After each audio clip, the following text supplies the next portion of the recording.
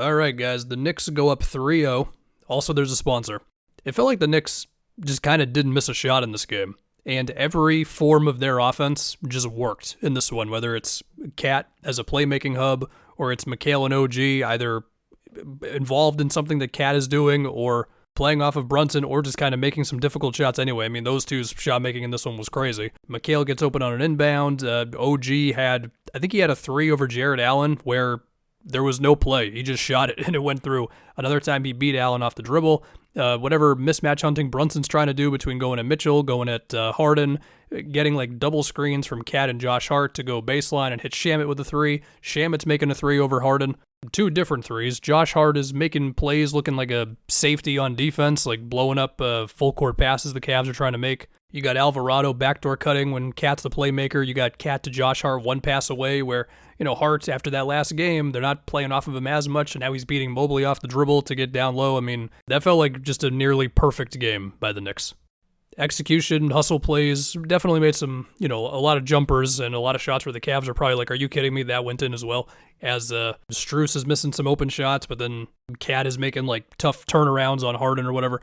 It felt like the only real chance the Cavs had tonight was either they go nuts from three or Mitchell just has an insane individual performance. And neither one of those things happened, and so here we are. The Cavs season is not technically over yet, but it's effectively over. I mean, maybe they'll come out for game 4 with all the energy in the world and try to get it back to New York, but that's it. And so much of this just goes back to everything that happened in game 1. The Brunson hunting Harden switches, how easy it was for him to get it, and then the Cavs offense just falling apart in that one game. Sure, there's a story of game 2 with the Cavs cold shooting and then the Knicks just being a way better team today, but once that game 1 happened, it just felt like this was kind of meant to be. So anyway, let's do some Cavs convos. We'll start with Mitchell. We have another season of Mitchell's scoring numbers in the playoffs being fine, and yet, before we get back to it, this video is sponsored by SeatGeek. Has anybody else seen the pictures of Knicks fans in New York watching the game out of a TV in someone's car, and it's just like a whole bunch of people watching this one TV? It seems like it'd be a good time, and if I wanted to go to the Knicks games that they're watching on those TVs from their cars, or any sporting event, concert, festival, many things, and I would use SeatGeek as I have before, and it's always been good. With over 28 million downloads, SeatGeek is the number 1 rated ticketing app. There are over 70,000 events listed on SeatGeek, and you can use my code FunkyDiabetic10 for 10% off your next order at SeatGeek. SeatGeek rates deals on a scale of 1 to 10, so you know you're getting a good deal. Look for the green dots. Green means good, red means bad. Every ticket is backed by their buyer guarantee. Make sure to click the link in the description to download the app and have the code automatically added to your account. One more time, FunkyDiabetic10, 10% off, SeatGeek. The NBA playoffs they're a great time, man. He's just not a guy who can elevate like a decent team into a much deeper playoff run than they're really able to go on. He can, of course, have huge scoring games, but the inconsistency is what it is, man. I mean, he wasn't that great today. 9 for 21, 3 for 10 from 3, and Mitchell, he's a better regular season playmaker than playoff playmaker.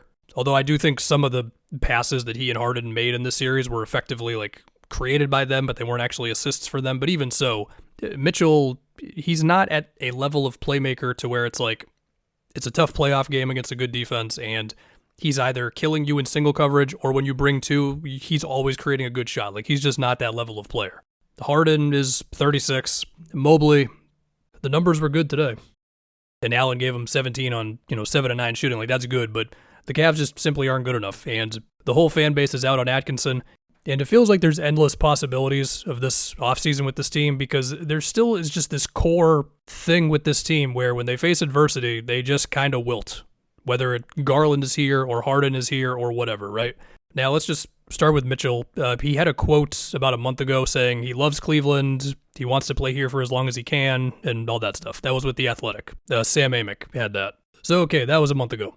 Obviously, if Mitchell wants out, then you trade him somewhere and get as many assets as possible, and then you get way worse right now. I've taken a quick look at Cavs internet. I've seen definitely some trade Donovan Mitchell takes, which pretty much always happens. Look, if teams listen to fan bases about changing their team after playoff losses, every team would be different every year except for like 2 of them. There's only so many guys who are truly good enough to lead a team to a championship, okay?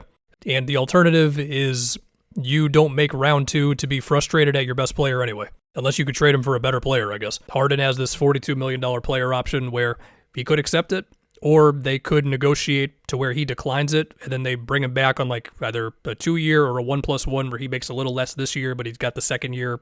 That type of thing. You know what I mean. Yes, he is very old.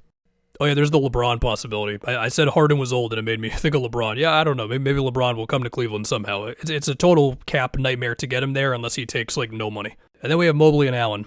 Obviously, you want to keep Mobley as long as possible. No matter what you think about Mobley's long-term scoring output or whatever, like you're keeping Evan Mobley. I know there's been like the Mobley for Giannis trade idea thrown out there in the world. I'm just not going to predict that one. But hey, Giannis has to go somewhere if he is going to get dealt. So then we go to Jared Allen, where, I mean, look, Jared Allen trades have been theorized for a couple of years now, it feels like. All I would say is I think there would be a risk of getting too small after a Jared Allen trade. Like, I get how great defensively Evan Mobley is, but I would still love to have him paired up with, like, let's say, like a physical 4 who can provide some help defense if you want to lean in on Evan Mobley as, like, the one quote-unquote true big guy on the team or whatever, or in the starting lineup. And the way I look at it is if you were ever going to move Allen, you would want to fill in the stuff that this team has been missing, which is like a little more toughness, a little more ball handling, like having an extra creator on the perimeter who can play with Mitchell and Harden for however long Harden's actually here for.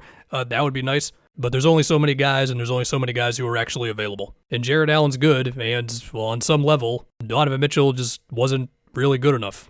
But also, Mitchell still makes you a good team. It's a weird spot to be in, man. Is that it? Yeah, that's probably it. Have a good one, guys.